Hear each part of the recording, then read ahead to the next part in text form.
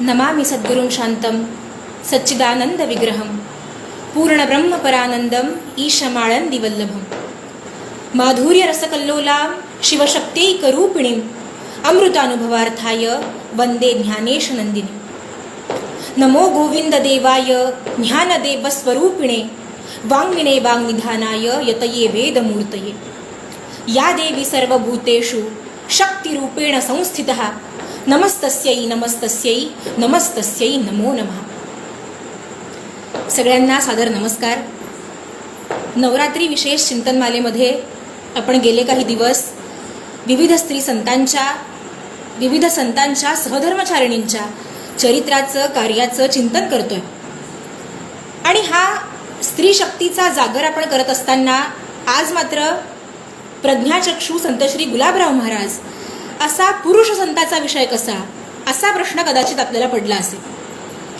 तसं पाहिलं तर संत हे रूप लिंग या सगळ्या लौकिक भेदांच्या पलीकडचे असतात, पण तरी सुद्धा असा प्रश्न पडणं स्वाभाविक आहे। आणि या प्रश्नाचं अगदी एका वाक्यात उत्तर द्यायचं झालं तर संत श्री गुलाबराव महाराज म्हणजे देह पुरुषाचा पण मन मात्र स्त्रीचं। ते कसं, त्यांचं स्त्री रूप, त्यांची मधुरा भक्ती हे सगळं आपण बघू, पण त्याआधी त्यांच्या चरित्राचा, त्यांच्या कार्याचा थोडक्यात आढावा घेऊ।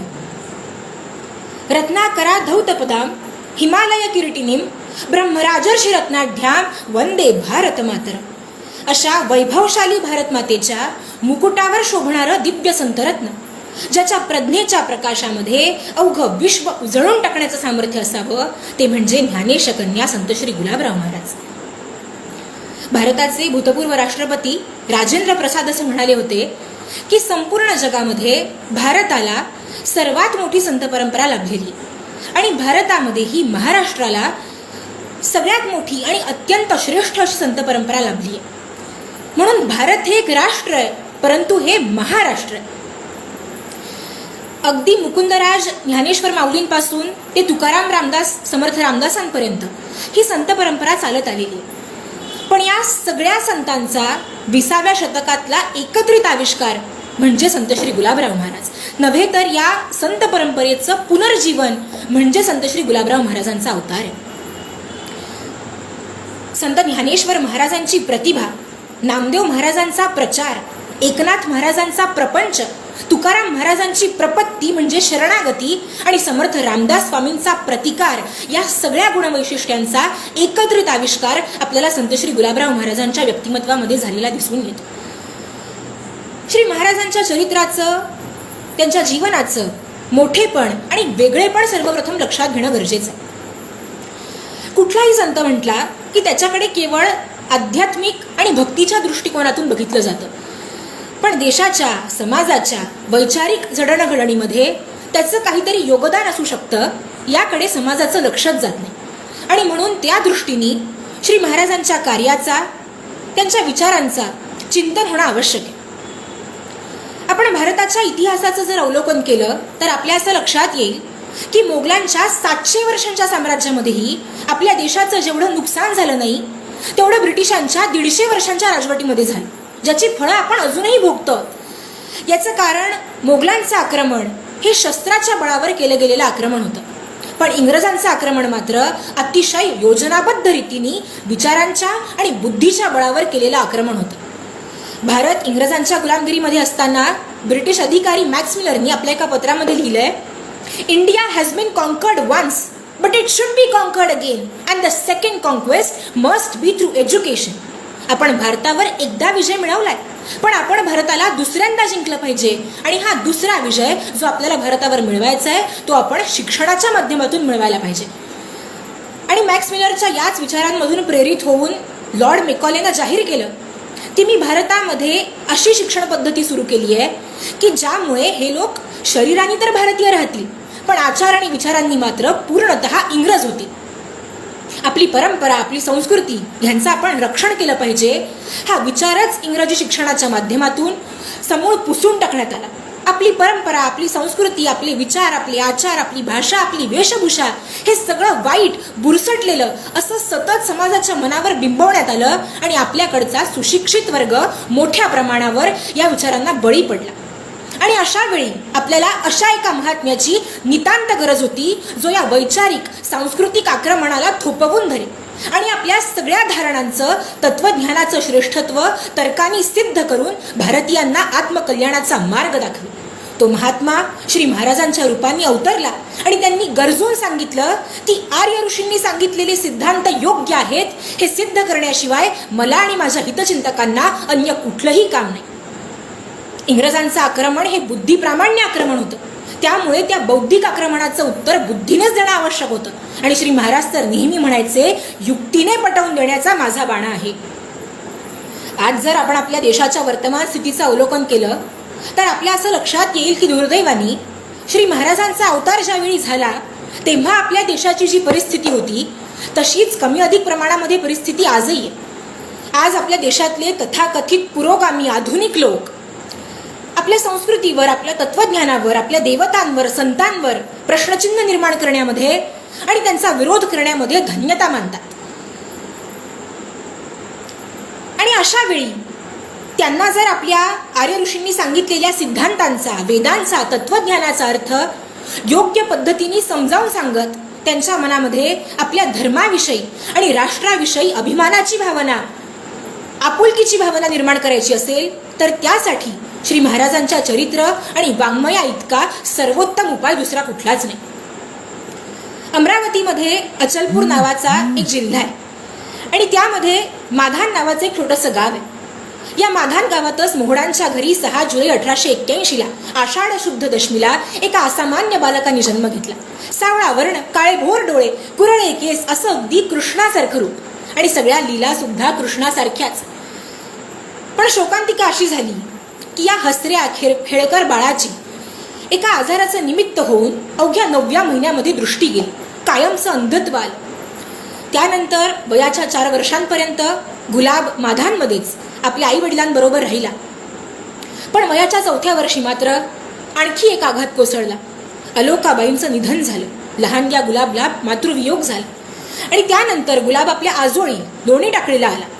तिथे आजीनी तर आपल्या लाडक्या नातवावर खूप प्रेम केलं, पण मामा मामींना मात्र हे आंधळं ओझं नकोसं वाटत होतं. त्यामुळे मामा मामींचा सगळा त्रास सहन करून पुढची 6 वर्ष गुलाब आपल्या आजोळी लोणी टाकळीला राहिला. आणि याच काळामध्ये त्याच्या प्रज्ञाचक्षुत्वाची प्रचिती यायला सुरुवात झाली. आजीनं बघितलं की या 4-5 वर्षांचा पोर जेवत असताना अगदी वेगळाच ध्यानावस्थेत गेल्यासारखा भासतो. तो हातांच्या खुणा करून कुणाला तरी ये ये म्हणून बोलवतो, मध्येच काहीतरी पुटपुटतो, हात हवेमध्ये उंचावून घास भरवल्यासारखं करतो. आजीला काही कळे ना. ती म्हणाली, अरे गुल्ल्या. गुलाबला लाडाने घरी गुल्ल्या म्हणायचे. आजी म्हणते, अरे गुल्ल्या तू हे काय करत असतोस, कुणाशी सारखं बोलत असतोस. गुलाब आपल्या आजीला बाई म्हणायचा. तो म्हणतो, अगं बाई इथे एक सुकुमार लहान बालक येतो. त्यानं डोक्यावरती सुंदर मुकुट धारण केलेला आहे. त्या मुकुटावरती मोरपीळ शोभून दिसतंय. कानामध्ये त्यानं मोठी सुंदर कुंडलं घातली आहेत. पितांबर नेसलेला असा तो लहानका बालक माझ्या समोर येतो आणि माझ्याकडे हसत बघत बसतो. जेवताना मला घास भरवायला सांगतो आणि मी त्याच्यामध्येच मग्न असतो.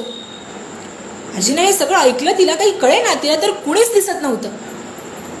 पण लहानग्या गुलाबला मात्र प्रत्यक्ष श्रीकृष्णाचं दर्शन होत होतं. फक्त दर्शनच होत नव्हतं तर तो त्याला आपल्या हातांनी जेवू घालत होता. कुणाचाही यावर विश्वास बसायचा नाही. पण सगळ्यांना हा अनुभव मात्र यायचा की ज्यावेळी गुल्ल्या जेवायला बसतो तेव्हा संपूर्ण घरामध्ये, संपूर्ण वातावरणामध्ये एक अलौकिक दिव्य सुगंध भरलेला असतो. हा गुलाब धावत धावत विहिरीजवळ जायचा आणि तिथे येणाऱ्या स्त्रियांना हा अंध मुलगा बरोबर त्यांच्या नावाने ओळखायचा. त्या स्त्रिया चकित व्हायच्या. त्या म्हणायच्या, अरे गुलाब, आम्ही तर तुझ्याशी बोललो सुद्धा नाही, मग तू आम्हाला कसं ओळखलंस. त्यावर तो हसायचा आणि म्हणायचा, तुम्ही बोलला नाहीत, पण तुमच्या हातातल्या या बांगड्या आणि पायातली जोडवी आहेत ना, ती माझ्याशी बोलतात. तुम्ही चालत येता तेव्हा त्या बांगड्यांचा आणि जोडव्यांचा आवाज होतो. प्रत्येकीच्या बांगड्यांचा आणि जोडव्यांचा आवाज वेगळा आणि त्यावरून मला ओळखू येतं तुम्ही कोण आहात ते. त्या गुलाबचं हे उत्तर ऐकून स्त्रिया अवाक व्हायच्या. तो कधीतरी काहीतरी सांगायचा. लहान म्हणून मोठे लोक त्याच्याकडे दुर्लक्ष करायचे, पण नंतर मात्र त्याचं भाकीत खरं ठरायचं. अशा प्रकारे गुलाबच्या ठिकाणी असणाऱ्या अंतःसामर्थ्याची जाणीव त्या काळापासूनच थोडी थोडी व्हायला लागली होती. पण त्या काळात ते प्रकर्षाने कुणाच्या लक्षात आलं नाही. घरचं वातावरण फारसं बरं नसल्यामुळे आणि अंधत्वामुळे गुलाबला लौकिक शिक्षण तर मिळू शकलं नाही. पण ज्ञानाची तळमळ असलेला हा मुलगा कुठला ना कुठला मार्ग शोधण्याचा प्रयत्न करत होता. आपल्या आजूबाजूच्या लोकांकडून तो मिळेल ती पुस्तकं वाचून घ्यायचा. भगवद्गीता, कुराण, बायबल अशा धर्मग्रंथांसह अनेक आध्यात्मिक धार्मिक पुस्तकं अगदी बालवयामध्ये गुलाबनी आपल्या शेजारपाजारच्या लोकांकडून वाचून घेतली. आणि वाचून दाखवणारे लोक इतक्या लहान वयामध्ये असलेली त्याची आकलन शक्ती बघून थक्क व्हायचे. ऐकलेल्या पुस्तकांवरती एकांतामध्ये मनन चिंतन करणं, ध्यानावस्थेत राहणं हा तर गुलाबचा नित्यक्रमच होता. त्याची स्मरणशक्ती अद्भुत होती. अगदी 7-8 वर्षांचा होईपर्यंत त्याला शिवलीलामृताचा संपूर्ण पाठ, गीतेचा 11वा अध्याय, व्यंकटेश स्तोत्र अशी कित्येक स्तोत्र कंठस्थ होती. तो एकपाठी होता. एकदा गुलाबनी काहीतरी ऐकलं की ते त्याच्या लक्षात राहील. अशा प्रकारे वयाच्या 10व्या वर्षीपर्यंत मामीचा त्रास असला तरी सुद्धा आजीच्या मायेच्या पखरणीखाली गुलाबचं बालपण गेलं. गुलाब 10 वर्षाचा झाल्यानंतर मात्र त्याच्या वडिलांनी पुनर्विवाह केला आणि ते गुलाबला परत माघारी आपल्या घरी माधानला घेऊन आले. तिकडे परत गेल्यानंतर मात्र सावतराईचा जाच काही शेवटपर्यंत सुटला नाही. गुलाब माधानला आल्यानंतर त्याच्यासाठी रामराव देशपांडे नावाच्या गुरुजींची घरीच शिकवणी सुरू केली. पण गुलाब इतका तीक्ष्ण बुद्धीचा होता की गुरुजींना माहीत होतं नव्हतं ते सारं काही त्यानं अगदी काही दिवसांमध्येच आत्मसात करून टाकलं. गुरुजींजवळचं सगळं ज्ञान संपून गेलं. या लहानग्या मुलाची ती कमालीची प्रतिभा बघून गुरुजी सुद्धा थक्क झाले. पुढे याच रामराव देशपांडे गुरुजींना श्री महाराजांनी गुरुपदेश केला. वयाच्या 15व्या वर्षीपर्यंत गुलाबाची जन्मजात असलेली प्रतिभा अधिकच निखारत गेली. आता तो काव्यरचना करायला लागला आणि याच काळात त्याचं वाचनही झपाट्याने वाढलं. आजपर्यंत तो केवळ पुराणं, शास्त्र, धार्मिक, आध्यात्मिक पुस्तकांचं वाचन करायचा, पण आता मात्र त्यांनी आधुनिक पाश्चात्य विद्वानांची ग्रंथही पालथी घातली. डार्विन, स्पेन्सर, हॅमिल्टन अशा सगळ्या मोठमोठ्या विचारवंतांचे ग्रंथ त्यांनी फक्त वाचलेच नाहीत, तर त्यांच्यामधल्या काही सिद्धांतांचं सप्रमाण खंडन सुद्धा केलं. आणि हे सगळं वाचन कसं केलं? अंधत्वामुळे प्रत्यक्ष वाचणं तर शक्य नव्हतं. तर महाराजांकडे पुस्तकांची एक पेटी होती. ती भली मोठी अवजड पेटी डोक्यावर घ्यावी आणि महाराजांनी निघावं. कधी सिरसगाव, कधी यावली, कधी चांदूर बाजार, तर कधी अगदी अमरावतीपर्यंत उन्हा पावसात वणवण फिरत चालत येत वाटेत भेटतील त्या लोकांकडून पुस्तकं वाचून घ्यावी. आणि अशा प्रकारे एखादा डोळस व्यक्ती आपल्या संपूर्ण आयुष्यभरात बघणारही नाही इतकी पुस्तकं त्या चक्षुहीनानं अवघ्या काही वर्षात वाचून काढली. एव्हाना श्री महाराजांच्या ठिकाणी असलेल्या दिव्य सामर्थ्याचा आणि त्यांच्या सर्वज्ञतेचा प्रत्यय लोकांना यायला लागला होता. त्यांच्या अधिकाराची जाणीव लोकांना झाली आणि काहींनी श्री महाराजांचा अनुग्रह घेऊन त्यांचं शिष्यत्व पत्करलं. मधल्या काळामध्ये मनकर्णिका आईंबरोबर श्री महाराजांचा विवाह संपन्न झाला. श्री महाराजांनी गृहस्थाश्रमामध्ये प्रवेश तर केला, पण त्यांनी आधीच आपल्या पत्नीला सांगितलं की हे बघ, माझं तर संपूर्ण जीवन परमात्म्यासाठी आहे, परमार्थासाठी आहे. तुला जर माझ्याबरोबर विवाह करायचा असेल तर तू कर, पण माझ्या संपूर्ण जीवनामध्ये मला परमार्थाशिवाय दुसरं काहीही करायचं नाही. आणि त्या महान अधिकारी पत्नीनं सुद्धा सांगितलं की मला आपल्याकडून परमार्थाशिवाय दुसऱ्या कुठल्याच गोष्टीची अपेक्षा नाही. पुढे मणिकर्णिका आई श्री महाराजांच्या प्रिय शिष्य झाल्या आणि श्री महाराजांनी त्यांना आत्मज्ञान प्राप्ती करून दिली. इकडे घरातल्या समस्या दररोज वाढतच होत्या आणि एक दिवस तर सावत्राईंनी महाराजांवर विषाचा प्रयोग करण्याचा प्रयत्न केला. तेव्हा या सगळ्या घरच्या कटकटींना कंटाळून श्री महाराजांनी आपल्या पाटीलकीवर पाणी सोडलं आणि गृहत्याग केला. पुढे ते अमरावतीला आले. अमरावतीमध्ये जमुनाबाईंच्या घरी त्यांचं वास्तव्य होतं आणि तिथे वास्तव्याला असताना श्री महाराज कधी ज्ञानेश्वरीवर निरूपण करायचे, कधी श्रीमद भागवत कथा सांगायचे, कधी संकीर्तन करायचे, कधी अमृतानुभव सांगायचे. लोकांच्या कानी आलं की कुणीतरी आंधळा माणूस अमरावतीमध्ये आलाय, तो भगवद्गीतेवर, ज्ञानेश्वरीवर निरूपण करतो, भागवत कथा सांगतो, अमृतानुभव सांगतो. त्यांना वाटलं आपल्याला जाऊन भेटलं पाहिजे. म्हणून जे काही जिज्ञासू विद्वान लोक होते ते श्री महाराजांना भेटायला आले. त्या लोकांनी श्री महाराजांजवळ बसून आपलं जिज्ञासा समाधान केल्यानंतर ते केवळ निशब्द होऊन गेले. त्यांनी कुठलाही जटिल प्रश्न विचारावा आणि श्री महाराजांकडे त्याचं उत्तर तयार असावं. श्री महाराजांच्या अलौकिक अद्भुत प्रतिभेने लोक भारावून जायला लागले. श्री महाराजांची लोकप्रियता वाढायला लागली. त्यांच्याकडे गर्दी व्हायला लागली. दूरदूरच्या गावातून लोक त्यांच्या दर्शनासाठी यायला लागले. काही श्री महाराजांचा अनुग्रह घेऊन त्यांचे कृपापात्र शिष्य सुद्धा बनले. अजूनपर्यंत श्री महाराजांना ज्ञानेश्वर माऊलींचा अनुग्रह झालेला नव्हता. पण वयाच्या अगदी 15-16व्या वर्षीपासूनच त्यांनी माऊलींना आपलं गुरु मानलेलं होतं. रात्रंदिवस ते ज्ञानेश्वर महाराजांच्या नावाच्या जपामध्ये मग्न असायचे. ज्ञानेश्वर भक्ती हा कृष्ण भक्तीचा आधार आहे अशी त्यांच्या मनाची ठाम धारणा होती. पण आता मात्र श्री महाराज ज्ञानेश्वर माऊलींच्या प्रत्यक्ष अनुभवासाठी अत्यंतिक कासावीस झाले, व्याकुळ झाले आणि म्हणून त्याच व्याकुळ अवस्थेमध्ये ते आळंदीला येऊन पोहोचले. आळंदीला संत श्री ज्ञानेश्वर महाराजांच्या संजीवन समाधीसमोर सलग 3 दिवस अन्न पाण्याचा त्याग करून अत्यंत आर्ततेने श्री महाराजांनी आळंदी वल्लभ स्वामी ज्ञानेश्वराची करुणा भाकली आणि 3ऱ्या दिवशी आपल्या भक्ताच्या विनवणीनी, त्याच्या भक्तीनी, त्याच्या भावांनी प्रसन्न होऊन ज्ञानेश्वर महाराजांनी स्वतः प्रत्यक्ष आपल्या या लाडक्या कन्येला मांडीवर घेऊन तिला अनुग्रह दिला. त्या क्षणी मी धन्य झालो अशा शब्दात श्री महाराज त्या अलौकिक दिव्य अनुभवाचं वर्णन करतात. कृष्ण भक्ती आणि ज्ञानेश्वर भक्ती हा आधार असलेल्या आपल्या धारणांना स्वतंत्र स्वरूप देऊन श्री महाराजांनी मधुराद्वैत संप्रदायाची स्थापना केली. त्यांनी पंचलतिका हे नाव धारण करून गोपी भावातून, मधुरा भावातून श्रीकृष्णाची आराधना करायला सुरुवात केली. त्यांनी मनोमन श्रीकृष्णाला आपला पती म्हणून वरलं होतं. ते सांगतात, माझा कृष्णाबरोबर विवाह झालेला आहे आणि माझ्या वडिलांनी म्हणजे ज्ञानेश्वर महाराजांनी माझं कन्यादान केलेलं आहे. ते म्हणतात, श्रीमान ज्ञानेश्वराचार्य उमा माता शिवपिता पती कृष्णो राधिकाद्या भगिन्यो गोपिका मम. श्रीमान सद्गुरू ज्ञानेश्वर महाराज हे माझे गुरु आहेत.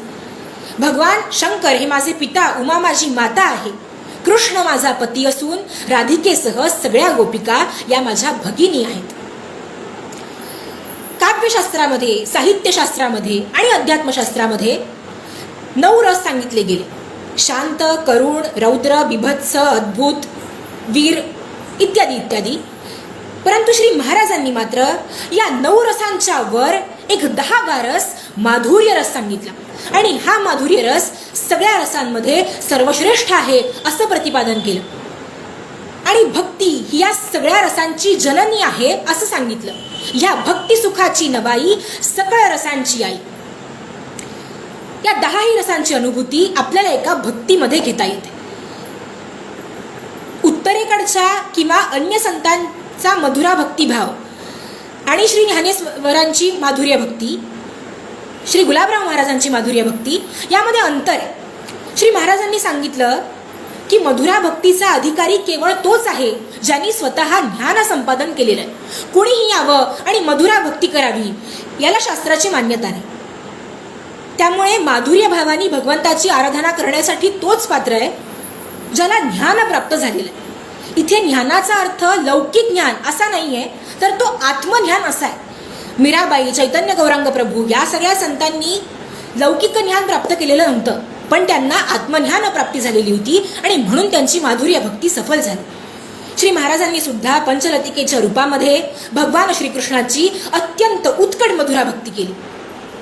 पंचलतिकेचा स्त्रीवेश धारण करून भाव मधुर स्त्रीगीत गाणारे, कृष्णाच्या विरहामध्ये व्याकुळ होऊन रडणारे महाराज आणि शास्त्रांवर, वेदांवर, पुराणांवर अधिकारवाणीने भाष्य करणारे महाराज हे दोन्ही एकच आहेत यावर विश्वास बसणं कठीण व्हावं इतक्या त्यांच्या त्या दोन्ही भूमिका भारावून टाकणारे. एकदा संत श्री परमपूज्य स्वामी गोविंद देवगिरीजी महाराजांना एकानं प्रश्न विचारला, व्हॉट इज गुलाबराव महाराज. त्यावेळी त्यांनी उत्तर दिलं, गुलाबराव महाराज इज भगवान Shankaracharya and Mirabai rolled in one. एकीकडे श्री महाराजांमध्ये भगवान शंकराचार्यांसारखं तीक्ष्ण ज्ञान आहे आणि दुसरीकडे ते मीरेसारखी उत्कट प्रेमी आहेत. श्री महाराजांनी रचलेल्या भावमधुर गवळणी, विरहिणी, स्त्रीगीत, पद ही सगळी बघितली म्हणजे आपल्याला मीरेचा उत्कट व्याकुळ भाव आठवल्याशिवाय राहत नाही. अत्यंत आपल्या हृदयाचा ठाव घेणारी अशी या सगळ्या महाराजांच्या या रचना आहेत. एकदा आपल्या रागवलेल्या कृष्णाला मनवताना, त्याची मनधरणी करताना अत्यंत गोड पदामध्ये महाराज फार सुंदर म्हणतात, काय झाले सखे सावळे कान्हाई का गे कृष्णाबाई रुसलीस, रडतेसी माये कावो मुळू मुळू, कोण तुझा छंद पुरवू मी. आणि मग तिचं आपल्या हृदयामध्ये स्थान काय आहे हे सांगताना महाराज म्हणतात, अगे सुकुमारे तू माझे जीवन, प्राण ओवाळीन तुझहुनी, हृदय कोमळ काढून या ओजा, तुझी प्राण पूजा करू वाटे. ज्ञानेश्वर स्वामी पावोत या क्षणी, माझा चक्रपाणी मुखी राहू. पुढे तर ही पंचलतिका पत्नीच्या हक्कानी कृष्णाबरोबर भांडायलाही मागे पुढे पाहत नाही. ती म्हणते, ठाऊक मी तुम्हा आंधळी गवळण, येता वृंदावनी मज नये, धडशा कामिनी बहु नारायणा, तुम्ही वृंदावनी स्वये नेता, माझी काय तुम्हा वरी नाही सत्ता, ऐसे नंदसुता स्वये सांगा. पितयाने माझे केले कन्यादान, माझ्या पित्याने माझं तुम्हाला कन्यादान केलेलं आहे. पितयाने माझ्या केले कन्यादान, फळ त्याचे जाण ऐसे कैसे, धर्मी अर्थी कामी न सोडी न वाणी, बिदी चक्रपाणी वेद साक्षी. नावडे मी तुम्हा तरी स्पष्ट सांगा. आता ही पंचलतिका अतिशय प्रेमळ धमकी देते बघा. काय म्हणते कृष्णाला, नावडे मी तुम्हा तरी स्पष्ट सांगा, परतोनी श्रीरंगा जाते आता. तुम्हाला मी आवडत नसेल ना तर तसं मला स्पष्ट सांगा, मी निघून जाईन. कुठे निघून जाईन तर ती म्हणते, आळंदी जाऊन सुखाने राहीन, चरण सेवीन श्री गुरुचे, गुरुकृपे तुम्हा येथेही आणीन, ज्ञानेश्वर पूर्ण सत्तावंत. भगवंतावरही सत्ता असलेल्या आपल्या सद्गुरूकार वर्णन करताना ती म्हणते, तुम्ही मला न्यायला येत नाही ना, मी माझ्या सद्गुरूंच्या चरणांचा आश्रय घेईल आणि त्यांच्या सत्तेच्या जोरावर तुम्हाला माझ्याकडे येण्यासाठी भाग पडेल. सद्गुरुनाथ श्री ज्ञानेश्वर माऊलींवर महाराजांचं अत्यंतिक प्रेम होतं. आपल्या सद्गुरूंवर त्यांची सर्वोत्कट श्रद्धा होती. एकदा माऊलींच्या भेटीच्या विरहाने व्याकुळ होऊन श्री महाराजांनी चंदन पाखराला उद्देशून जे काव्य केलं ते ऐकल्यानंतर आपला कंठ दाटून आल्याशिवाय आणि डोळे पाणावल्याशिवाय राहत नाहीत, इतकं प्रचंड सामर्थ्य श्री महाराजांच्या काव्यामध्ये. त्या चंदन पाखरार्थ विनवणी करताना ते म्हणतात, ऐक तू एवढे चंदन पाखरा, निरोप माहेरा नेई माझा. अरे चंदन पाखरा, माझा एवढा निरोप माझ्या माहेरी पोचवून दे रे. माझं माहेर कुठे आहे? पुण्याहुनी आहे गाव 6 कोस, पुसत वाटेस जाय तेथे, लक्षी जे दुरुनी सोन्याचा पिंपळ, बैसे अळू माळ तयामुळे, माझी ये मातेस सांगावे एकांती, माझी ही विनंती प्रेम भरे. आणि माझ्या आईला माझा कुठला निरोप सांग म्हणून ते सांगतात. ते म्हणतात, माझ्या आईला एकांतामध्ये सांग, तुझी ये कन्ये ते सासूरवास मोठा, येऊ द्यावी पोटा कृपा काही, तुझे पक्षीराजा वंदिते मी पाय, ज्ञानेश्वर माय भेटवावं. अगदी आर्त व्याकुळ होऊन ती पक्षीराजाला विनवणी करते की मला माझ्या ज्ञानेश्वर मायेला भेटवा. अत्यंत प्रगाढ असं श्री महाराजांचं माऊलींवरचं प्रेम आहे. आणि श्री माऊलींची सुद्धा आपल्या या लाडक्या कन्येवर तेवढीच अत्यंतिक प्रीती आहे. आणि त्यांच्याच कृपेमुळे नंतर ही पंचलतिका कृष्णाबरोबर इतकी एकरूप होऊन जाते की तिचं स्वतंत्र अस्तित्वच उरत नाही. आणि या असाधारण अनुभवाचं वर्णन करताना ती म्हणते, चहुदिशी आजी देखिले सावळे, झाले घन निळे नवल आहे. सगळीकडे 4 दिशांनी मला फक्त कृष्णच दिसतोय. चहुदिशी आजी देखिले सावळे, केले घन निळे नवल आहे. गगना चढला तोची अंगरंग, जाहले अभंग हृदय आहे. सगुण निर्गुण हारपली वाणी, खेळे चक्रपाणी मागे पुढे. ज्ञानेश्वर कन्या भुलली आपणा, कृष्ण देह मना ठाव झाला. अशा प्रकारे आपल्या उत्कट भावामुळे कृष्ण रूपच झालेल्या या ज्ञानेश्वर कन्येनं, या पंचलतिकेनं मधुराद्वैत संप्रदायाचा प्रचार आणि प्रसार केला. लोकांच्या धारणा स्पष्ट करण्याचं काम केलं आणि आपलं अवतार कार्य पूर्ण करून वयाच्या अवघ्या 34व्या वर्षी श्री महाराजांनी देह ठेवला. 34 वर्षांच्या अल्पायुष्यामध्ये भारतीय संस्कृतीचं आणि तत्वज्ञानाच्या पुनरुत्थानाचं जे महान कार्य श्री महाराजांनी केलं ते सगळ्या तर्कांच्या पलीकडे जाऊन त्यांचं अलौकिकत्व सिद्ध करणार आहे. त्यांनी मराठी, संस्कृत, हिंदी, वराडी आणि ब्रज अशा 5 भाषांमध्ये जवळजवळ 134 ग्रंथांची रचना केली. त्यांच्या सगळ्या ग्रंथांमधून त्यांचा द्रष्टेपणा व्यक्त होतो आणि म्हणून त्यांची ग्रंथसंपदा बघितल्यानंतर मोठमोठे साहित्यिक विचारवंत थक्क होऊन जातात. भारताचे माजी पंतप्रधान स्वर्गीय अटल बिहारी वाजपेयी यांनी श्री महाराजांची ग्रंथसंपदा बघून उद्गार काढले, ये तो गागर में सागर है. शिक्षण, आयुर्वेद, संगीत, इतिहास, विज्ञान, काव्यमानसशास्त्र, साहित्यशास्त्र, भक्तिशास्त्र, योगशास्त्र, नीतिशास्त्र अशा सगळ्या शास्त्रांमध्ये श्री महाराजांनी आपली मोलाची भर घातली. या सगळ्या शास्त्रांना श्री महाराजांच्या सिद्ध हस्तेचा स्पर्श झाला आणि त्यांच्यामधलं न्यून नाहीस झालं, त्यांना पूर्णत्व प्राप्त झालं. आज केवळ आपल्या देशालाच नाही तर संपूर्ण जगाला मार्गदर्शन करू शकेल असा जर कुठला एक सर्वोत्तम सर्वश्रेष्ठ विचार असेल तर तो म्हणजे श्री महाराजांचा समन्वय विचार. श्री महाराजांची समन्वय दृष्टी हे त्यांच्या व्यक्तिमत्वाचं सगळ्यात मोठं वैशिष्ट्य. त्यांच्या साधुबोध, संप्रदाय कुसुममधू, भगवत भक्ती सौरभ, शास्त्र समन्वय इत्यादी अनेक ग्रंथांमधून त्यांचा हा समन्वय विचार व्यक्त झालेला आहे. श्री महाराजांनी कशा कशाचा समन्वय करावा?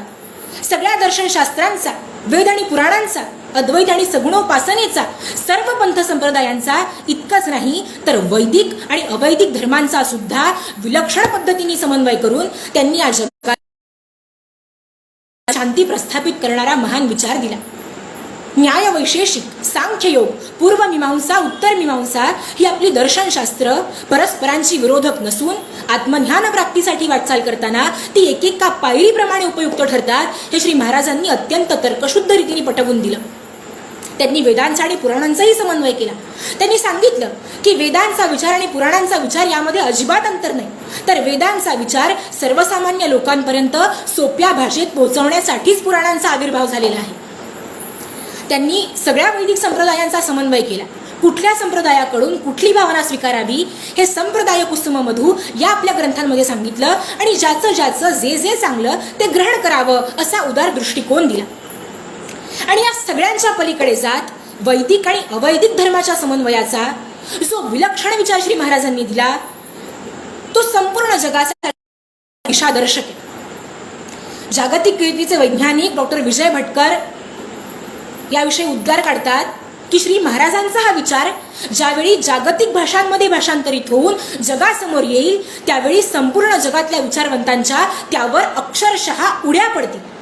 असं कुठलं सामर्थ्य आहे महाराजांच्या धर्मविचारामध्ये? तर धर्माची व्याख्या करताना महाराज म्हणतात, सत्व वृद्धिर्भवेत येन अन्य गुणद्वय घातिनी सही धर्मो न चान्यः स्यादिति स्वमत निर्णय. अर्थात ज्यामुळे अंतःकरणातील तमोगुण आणि रजोगुण कमी होऊन सत्वगुणाची वृद्धी होते तो खरा धर्म. श्री महाराजांची ही धर्माची व्याख्या जगातल्या कुठल्याही धर्माच्या धर्मगुरूला अमान्य करता येणार नाही. सगळ्या धर्माच्या मुळांशी आर्य धर्म आहे आणि आर्य धर्माच्या एकेका अंशावर इतर धर्म प्रस्थापित झाले आहेत हे सांगताना महाराजांनी अनेक प्रमाण दिली. परंतु आर्य धर्म श्रेष्ठ आहे हे सांगत असताना आर्य हा शब्द वंशवाचक नसून तो गुणवाचक असल्याचं श्री महाराजांनी सांगितलं.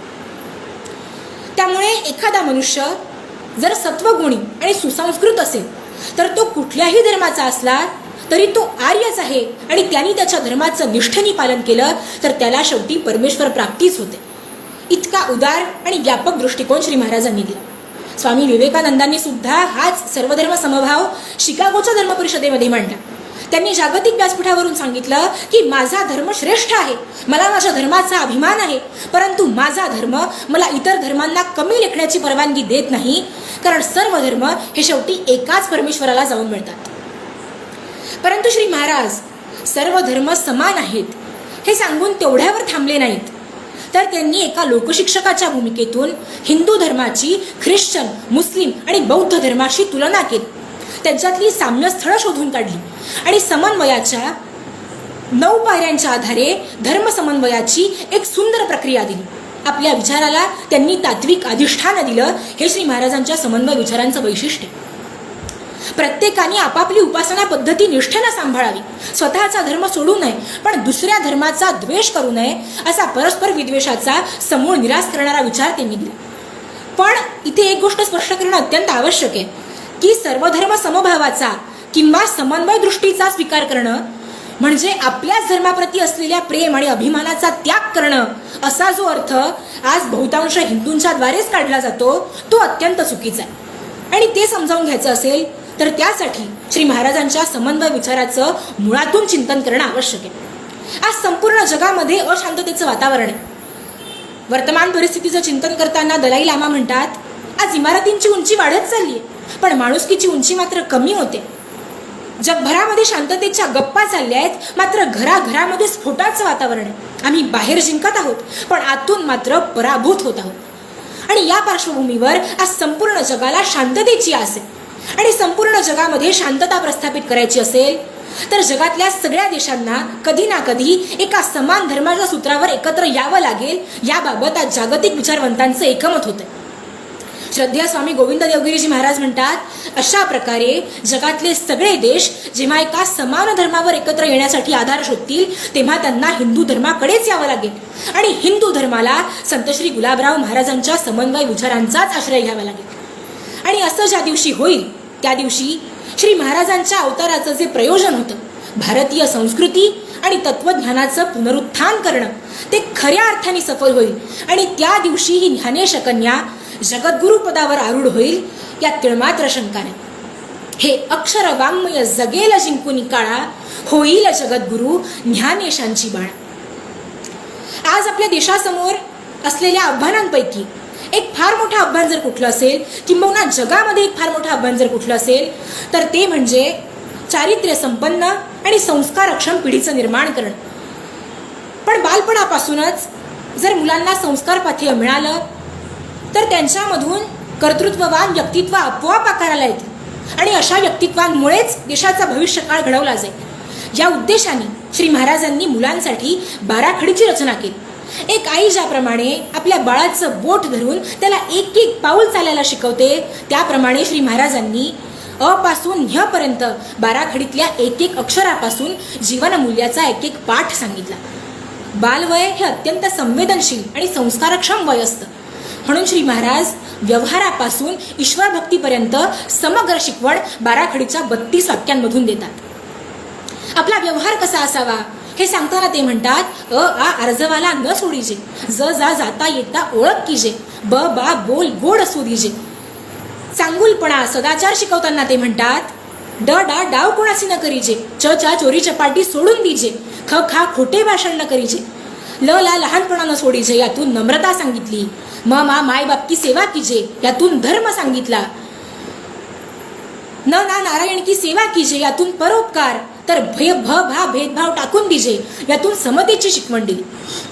अशा प्रकारे एक आदर्श आणि उत्तम जीवन कसं घडवावं ह्याची गुरुकिल्लीच त्या छोट्याशा बाराखडीमधून श्री महाराजांनी आपल्याला दिली. एक स्त्री आपल्या आयुष्यामध्ये असंख्य भूमिका निभावत असते आणि ती निभावत असलेल्या सगळ्या भूमिकांपैकी तिची सर्वोत्कृष्ट भूमिका, सर्वश्रेष्ठ भूमिका जर कुठली असेल तर ती म्हणजे आईची भूमिका. ती भूमिका निभावताना तिची तारेवरची कसरत होते. सद्गुणी आणि सच्शील मुलं घडवणं हे कुठल्याही आईचं स्वप्न असतं आणि ती घडवण्यामध्येच प्रत्येक स्त्रीचं खरं सामर्थ्य दडलेलं असतं.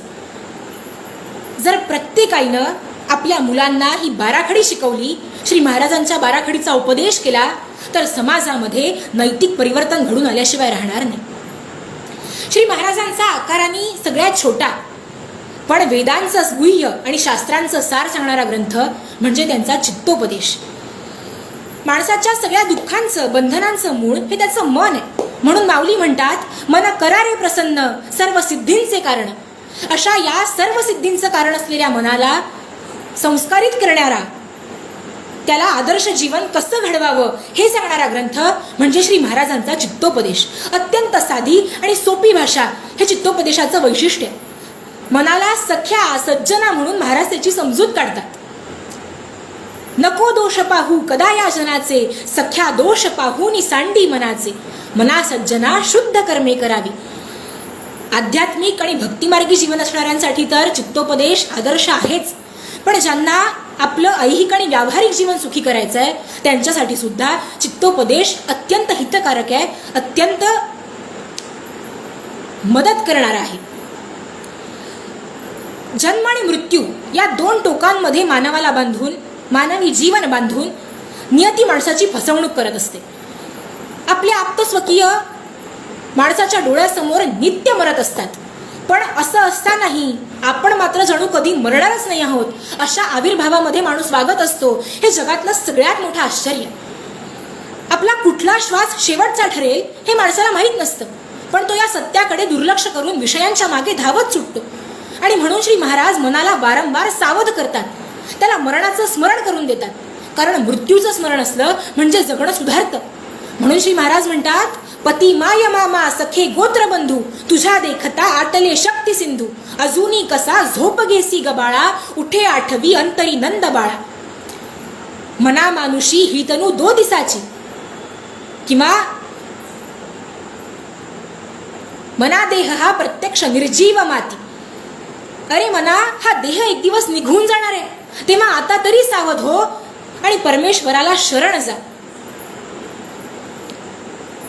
मनाला एकदा का आत्मसुखाची गोडी लागली की त्याला दुसऱ्या कशाचीही इच्छा उत्पन्न होत नाही.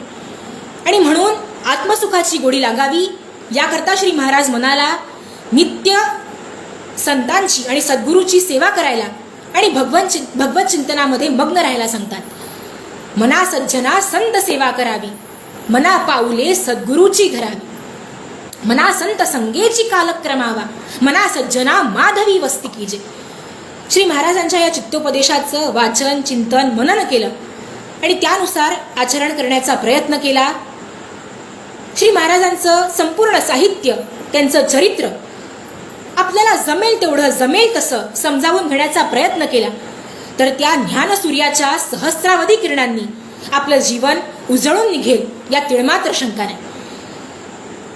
अशा या अलौकिक अद्भुत ज्ञानेश कन्या प्रज्ञाचक्षू संत श्री गुलाबराव महाराजांचे परमप्रिय शिष्य पूज्य बाबाजी महाराज पंडितांनी श्री महाराजांच्या चरणी कृपेची याचना करताना जे मागणं मागितलं, त्याच मागण्यांनी आपण आजच्या या सेवेला विराम देऊया आणि उद्या ठीक 8 वाजता पुन्हा भेटूया. श्री बाबाजी महाराज अत्यंत आर्ततेने महाराजांना जे मागणं मागतात तेच आपणही सगळे श्री महाराजांच्या चरणी मागूया.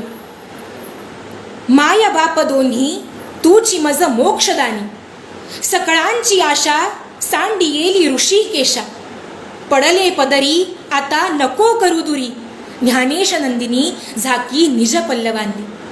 धन्यवाद. गोपाल कृष्ण भगवान की जय.